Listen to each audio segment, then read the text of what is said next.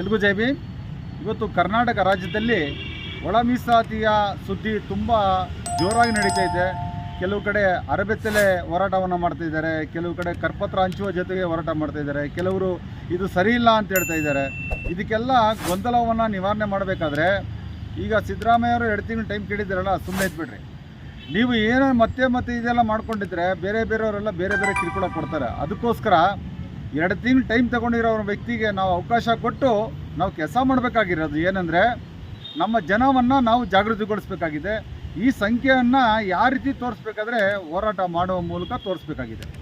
ಉಪವಾಸ ಇದ್ದು ಹೋರಾಟ ಮಾಡಬಾರ್ದು, ಅರಬೆತ್ತಲೆ ಅಂತೇಳಿ ಹೋರಾಟ ಮಾಡಬಾರ್ದು. ಯಾಕೆಂದರೆ ಪರಮಪೂಜ್ಯ ಬಾಬಾ ಸಾಹೇಬ್ ಅಂಬೇಡ್ಕರ್ ಅವರು ಸಂವಿಧಾನದಲ್ಲಿ ನಮಗೆಲ್ಲ ಹಕ್ಕನ್ನು ಕೊಟ್ಟಿದ್ದಾರೆ, ರೈಟ್ಸ್ ಕೊಟ್ಟವ್ರು, ಎಲ್ಲನೂ ಫ್ರೀಡಮ್ ಕೊಟ್ಟವ್ರೆ ನಮಗೆ. ಅದನ್ನು ನಾವು ಹೊಟ್ಟೆ ತುಂಬ ಊಟ ಮಾಡಿ ಮೈ ತುಂಬ ಬಟ್ಟೆ ಹಾಕ್ಕೊಂಡು ನಾವು ಹೋರಾಟ ಮಾಡಬೇಕಾಗಿದೆ. ನಮ್ಮ ಹಕ್ಕಿಗೋಸ್ಕರ ನಾವು ಹೋರಾಟ ಮಾಡಬೇಕಾಗಿದೆ.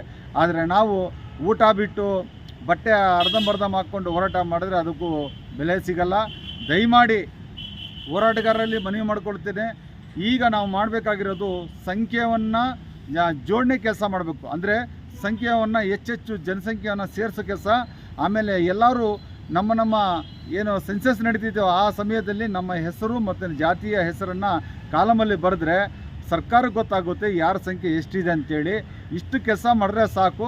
ಆದರೆ ನಾವು ಮಾಡ್ತಾ ಇರೋದು ಏನಂದರೆ, ಸರ್ಕಾರವನ್ನು ಸುಮ್ಮನೆ ಕರಪತ್ರ ಕೊಟ್ಟು ಲೆಟ್ರ್ ಕೊಟ್ಟು ಇದೆಲ್ಲ ಮಾಡ್ತಿದ್ದೀವಲ್ಲ, ಇದು ನಿಮ್ಮ ಸಮಯವನ್ನು ವೇಸ್ಟ್ ಆಗುತ್ತೆ. ದಯಮಾಡಿ ನೀವು ಹೋರಾಟ ಮಾಡುವ ಮೂಲಕ ಸರ್ಕಾರವನ್ನು ಬೀದಿಗಿಳಿಸ್ಬೇಕು.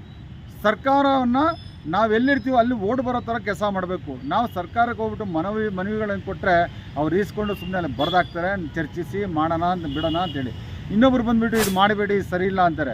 ಸರಿ ಇದೆ ಸರಿ ಇಲ್ಲ ಅನ್ನೋಕ್ಕೆ ಇವ್ರು ಹೇಳಬೇಕಾದ್ರೆ ಜಾತಿಯ ಜನಸಂಖ್ಯೆ ಆಧಾರದ ಮೇಲೆ ಜನ ಎಷ್ಟಿದ್ದಾರೆ ಅಂತೇಳಿ ಅಷ್ಟು ಗೊತ್ತಾಗಬೇಕಾದ್ರೆ ಜಿತ್ಕಿ ಸಂಖ್ಯಾಭಾರಿ ಉಸ್ಕಿ ಉತ್ತಮ ಭಾಗ್ಯದಾರಿ ಮಾನ್ಯವಾರ ಕಾಂಶಿರಾಮ್ ಸಾಹೇಬ್ ಹೇಳಿದ್ರಲ್ಲ, ಆ ಕೆಲಸವನ್ನು ಮಾಡಬೇಕು.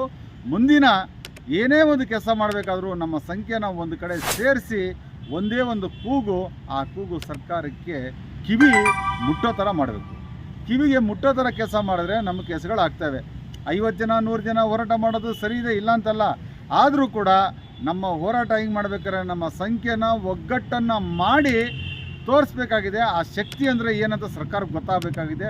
ಇವತ್ತು ಅವ್ರು ಕಮ್ಮಿ ಇದ್ದಾರೆ ಇವ್ರು ಜಾಸ್ತಿ ಇದ್ದಾರೆ ಅಂತಾರಲ್ಲ, ಆ ಸಂಖ್ಯೆಯನ್ನು ನಾವು ಅವತ್ತು ತೋರಿಸಿ ಸರ್ಕಾರವನ್ನು ಉಳಿಸ್ಬೇಕಾ ಬೀಳಿಸ್ಬೇಕಾ, ಕುರ್ಚಿಯಲ್ಲಿ ಸಿದ್ದರಾಮಯ್ಯವರು ಕೂತ್ಕೋಬೇಕಾ ಅಥವಾ ಸೀಟ್ ಖಾಲಿ ಮಾಡಬೇಕಾ, ಈ ಕೆಲಸವನ್ನು ನಾವು ಮಾಡಬೇಕಾಗಿದೆ. ನಮ್ಮ ಸಂಖ್ಯೆಯನ್ನು ಬೆಳೆಸಿ ಸಂಖ್ಯೆ ಜೊತೆಗೆ ನಾವು ಬಲಿಷ್ಠರಾಗಿ ಈ ಸರ್ಕಾರಕ್ಕೆ ಎಚ್ಚರಿಕೆ ಕೊಡುವಂಥ ಕೆಲಸ ಮಾಡಬೇಕು. ಒಳ ಮೀಸಲಾತಿಯನ್ನು ಜಾರಿ ಮಾಡಿ, ಇಲ್ಲ ಸಿದ್ದರಾಮಯ್ಯ ಕುರ್ಚಿ ಖಾಲಿ ಮಾಡಿ ಅಂಥೇಳಿ ಈ ಸ್ಲೋಗನ್ನ ನಾವು ಎತ್ಕೊಂಡು ಹೋಗಬೇಕು ಅಂತ ಹೇಳ್ತಾ ದಯವಿಟ್ಟು ತಮ್ಮಲ್ಲಿ ಮನವಿ ಮಾಡ್ಕೊಳ್ತಿದ್ದೀನಿ.